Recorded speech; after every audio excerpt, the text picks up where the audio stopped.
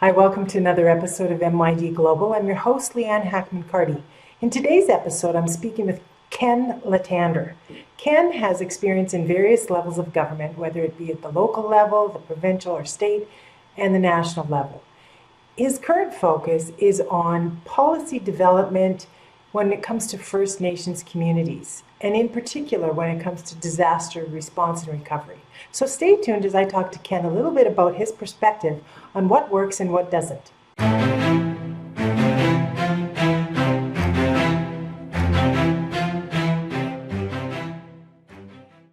Hi, Ken. How are you today? I'm doing really good, thank you. Hey, so before we get started, can you tell the audience just a little bit about yourself? Yeah, thanks. My name is Ken Letander. I'm an emergency management coordinator with the Confederacy of Treaty 6 First Nations. I'm originally from Manitoba, and I've worked in a number of years in government for NGOs from the private sector. And I'm just here to share some of my experiences. Tell me how some of the unique challenges that First Nations Métis settlements may have when it comes to emergency management. Oh, absolutely. I mean, first of all, what comes to mind is internet access. In urban and rural, like places a little closer to Edmonton or Calgary, you're going to have strong internet signals. Once you start going 3 or 4 hours, even an hour and a half away from Edmonton, you're going to start getting spotty internet. So, in a disaster, communication is key, and folks can't always get good access to their cell phone providers at the time of a disaster. So we're always battling the communications and how that information is getting out there. Other systems that I've noticed or in consultation with other folks is mapping. Police services don't always have good maps to get to communities or EMS workers in time of an emergency. Those are critical, and 5 minutes makes a big deal in terms of when it comes to saving someone's life or property. And so those are some of the things that I've spoken about in detail with folks and trying to find some solutions and options to troubleshoot that. Other things are infrastructure. There's maybe in some communities, there's one road in and one road out. And so if there's a disaster in a community and the road is washed out on top of that, it only adds more fuel to the fire. Other things that I've come to discover in my time in this field is third-party consultants. They get hired by a large firm. They go do their work. They're little to no consultation with communities.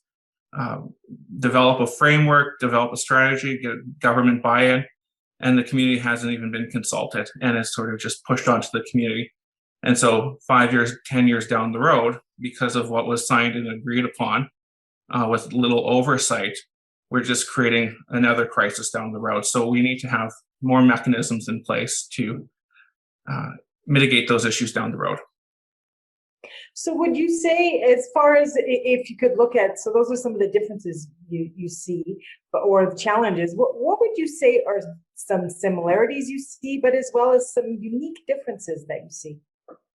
Oh, similarities, in urban areas, we have insurance companies that will do consultation, will walk people through their situations.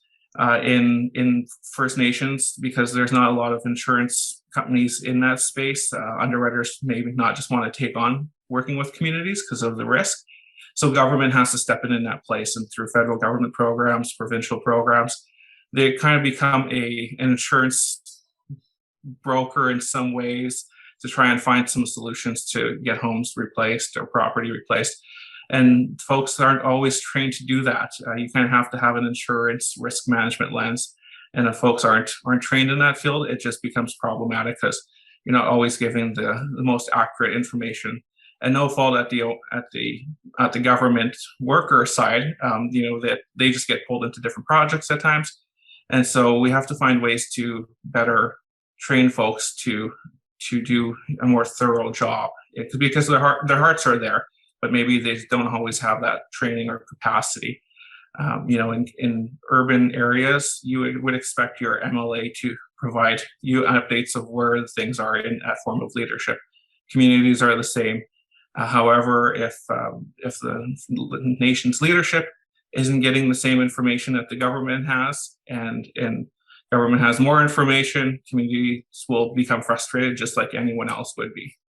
In the First Nations, say, model of governance, say on reserve, would ICS, your traditional ICS structure, is that the kind of thing that they would adopt, or is it something that they would adapt or modify?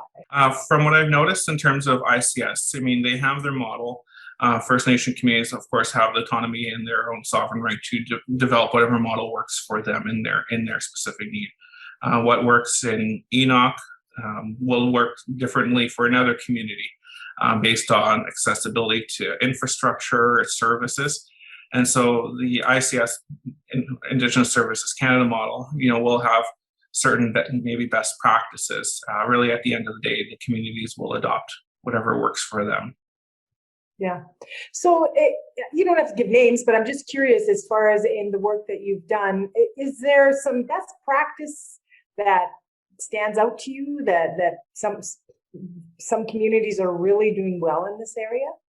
Yeah, I would say so. I know some communities in southern and northern Alberta that have really adopted to using drone technology to map their hotspots, risk spots, and so using that in conjunction with mapping and working also with police, with paramedics, with their local municipalities. So really developing good partnerships. Once we talk about internet access, more communities are getting better access to internet because services are starting to grow in their region, which is great. So, this also then increases the userhood of using applications and web-based or phone-based applications to help developing better messaging system in terms of a crisis. So I'm always really happy to see people embracing technology to use it for good. And also just in terms of more people are starting to not just say we need a communication strategy, but really developing mechanisms to have in place when there's an emergency, not to go and say, what does our strategy say? But we have templates, we have communications ready to hit. We just have to go plug in the dates and locations, and that stuff gets sent out immediately versus waiting to have to bring someone on board to draft all that. Yeah. Well, Ken, thanks for your insights. Is there anything before we wrap up that perhaps I didn't ask about and you wanted to mention? Yeah, I just really always stress communications. We can always do better supporting communications. As someone said, we can't do this alone. And when I say that, we as a country, we as a world, we can't do this in silos. We need to work together. We need to share information. Government, needs to do a better job sharing information. Communities need to understand why government's also asking for that information. It's not that someone's looking just to find out what's going on, but if communities don't understand why, then they're not going to give you the information. And so if government does a better job explaining, they can put that on someone else's radar so that item can be discussed and it's not forgotten off the table.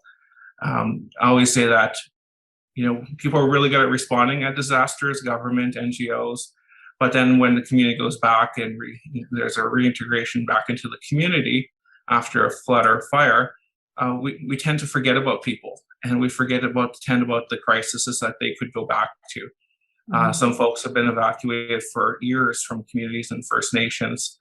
Kids have grown up in the cities, and then now they have to go back home to a reserve, which is foreign to them because they haven't been there. And so we have to have better mechanisms in place to support children, to support families, because they're going back to a whole new world that they weren't in the first place.